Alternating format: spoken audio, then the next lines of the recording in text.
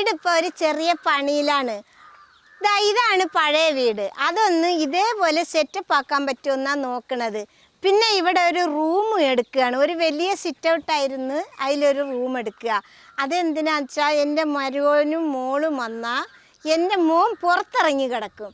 അപ്പോൾ അത് കാണുമ്പോൾ എനിക്ക് നല്ല സങ്കടമുണ്ട്. അപ്പോൾ ഒരു റൂം കൂടി എടുക്കാച്ചിട്ട് ഒരു റൂമിൻ്റെ പണിയും കൂടി ഉണ്ട്. എൻ്റെ മോനിക്ക് സ്വന്തമായിട്ടൊരു റൂമാണ് ഉണ്ടാക്കുന്നത്. ഇവിടെ പണിയെടുക്കണത് നമ്മുടെ അയൽവാസി തന്നെയാണ് കേട്ടോ, സത്യേട്ടനാണ്. നമ്മുടെ അടുത്ത ആളുകളുള്ളപ്പോൾ പിന്നെ എന്തിനാ നമ്മൾ ദൂരണ്ട് പണിക്ക് ആളെ വിളിക്കണത്?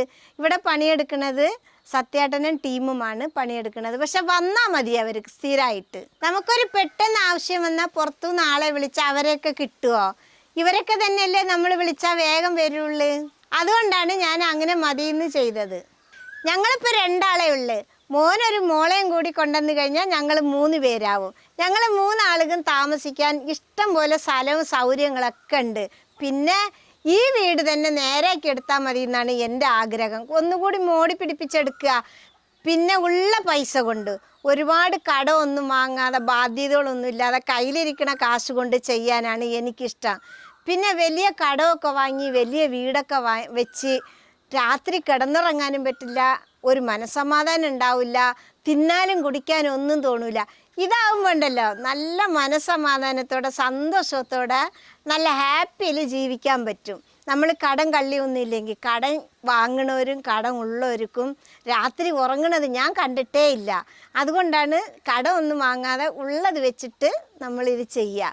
ഇത് കണ്ടില്ലേ മക്കളെ, കഴിക്കലും പട്ടിയൊക്കെ ചെതല് തിന്നി തൂങ്ങി ഒടിഞ്ഞ് ചാടി പൊട്ടിയിട്ടൊക്കെ ഇതിൻ്റെ ഉള്ളിലാണ് ഞങ്ങൾ താമസിക്കുന്നത്. അപ്പം ഇതൊക്കെ മാറ്റിയിട്ട് ഇരുമ്പിൻ്റെതൊക്കെ ആക്കാനാണ് പ്ലാൻ. അപ്പം ചെതലിനെ കണ്ട് പേടിക്കണ്ടല്ലോ. അപ്പം ഇരുമ്പിൻ്റെ പണി ഞങ്ങൾ ഏൽപ്പിച്ചിട്ടുള്ളത് ഞങ്ങൾ അയൽവാസി രതീഷിൻ്റെ അടുത്താണ്. അവന് എൻ്റെ മോനെ പോലെ തന്നെയാണ്. അവനോട് നമുക്ക് എന്തും പറയാം, എന്തും ചെയ്യാൻ പറയാം. ഈ ജന്നലിൻ്റെ കട്ടളയൊക്കെ കണ്ടില്ല മക്കളെ, ഇതൊക്കെ ദുരഭിച്ച് ഇതേപോലെ തന്നെ ഇവിടൊക്കെ ചെതല് തിന്നിരുന്നതൊക്കെ ഞാൻ കുത്തി തുരന്നെടുത്തിട്ട് സിമൻറ്റ് തേച്ചതാണ് താർക്കാലം. അപ്പം ഇതൊക്കെ മാറ്റിയിട്ട് ഞാൻ കോൺക്രീറ്റിൻ്റെ ജന്നൽ കട്ടളയും വാതിൽ കട്ടളയും ഇടാനാണ് പ്ലാന്. അപ്പോൾ പിന്നെ ചെതലിൻ്റെ ശല്യം കുറഞ്ഞു കിട്ടും. നമ്മളിവിടെ പാടമൊക്കെ ഉള്ളത് കൊണ്ടാവും ചിലപ്പോൾ വേഗം ചെതല് വരുന്നത്. ഈ കാറ്റിൽ വരുമ്പോഴും മഴ വരുമ്പോഴൊക്കെ ഒരുതരം ചെതല് മണ്ണിൻ്റെ ഉള്ളിൽ നിന്ന് വന്ന് എവിടെയെങ്കിലും മരത്തുമ്മ വന്നിരുന്നിട്ട് അവരാണല്ലേ തുളച്ച് ചെതലായിട്ട് വരിക. അതാ ഇനി എനിക്ക് തോന്നുന്നിട്ട്, അതോ പിന്നെ മണ്ണിൻ്റെ ഉള്ളിൽ നിന്ന് കട്ടളയുടെ ഉള്ളിൽ നിന്ന് വരുന്നതാണെന്ന് അറിയില്ല. അപ്പം ഇതാണ് ഞങ്ങളുടെ പ്ലാന്. കട ഒന്നും വാങ്ങാതെ കയ്യിലുള്ള പൈസ കൊണ്ട് ഒന്ന് മോടി പിടിപ്പിക്കുക. അപ്പം എല്ലാവരുടെ പ്രാർത്ഥനയും ഞങ്ങൾക്ക് ഉണ്ടാവണം. ഇതുപോലെ ഇല്ലാത്ത ഒരുപാട് പേരുണ്ട്. അവർക്ക് എല്ലാവർക്കും പടച്ചോന് ഇതിനേക്കാളും നല്ല വീടായിട്ട് കൊടുക്കട്ടെ എന്ന് നമുക്ക് എല്ലാവർക്കും പടച്ചവനോട് പ്രാർത്ഥിക്കാം. ഇതേപോലെ ആക്കാനാണ് എൻ്റെ പ്ലാന്. ഇതേപോലെ ആവുമെന്ന് എനിക്കറിയില്ല. മാക്സിമം ഇതുപോലെ ആക്കാനാണ് പ്ലാന്. ഇതുപോലെ ആയാലും ആയില്ലെങ്കിൽ നിങ്ങൾക്ക് ഞാൻ വീഡിയോ എടുത്ത് കാണിച്ചു തരും.